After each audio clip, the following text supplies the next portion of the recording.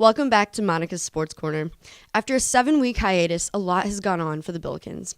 A mix of controversy, competition, and new coaches. So let's dive in.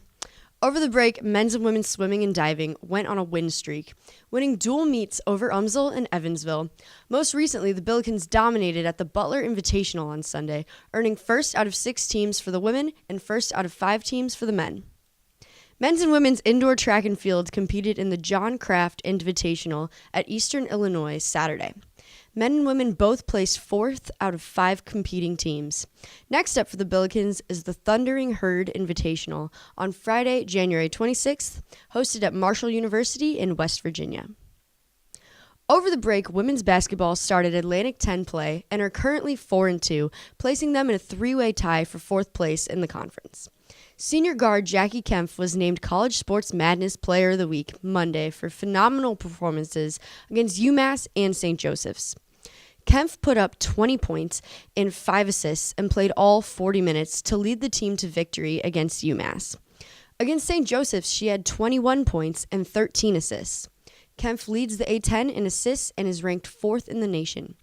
The women are on the road this week, taking on George Mason and George Washington. Men's basketball is under fire and on fire after beating Duquesne and UMass by a large margin. Monday, freshman guard Jordan Goodwin has been named A-10 Co-Rookie of the Week. In the past 2 games, Goodwin averaged 16 points and made school history against Duquesne when he recorded a triple-double with 13 points, 15 rebounds, and 10 assists. The Billikens are currently 3-4 in A-10 play. But the good news on the court doesn't follow the Billikens off the court.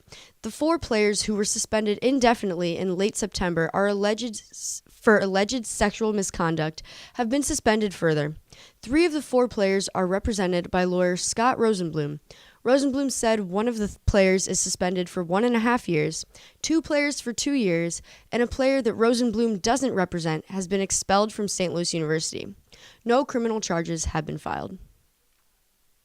On November 10, 2017, after missing the NCAA men's soccer tournament for the 3rd consecutive year, a first in the history of the program, head coach Mike McGinty was fired. Since then, St. Louis University was on a national search for a new head coach. Friday, the new coach was announced to the team, a Billiken alumnus and All-American, Kevin Kalish.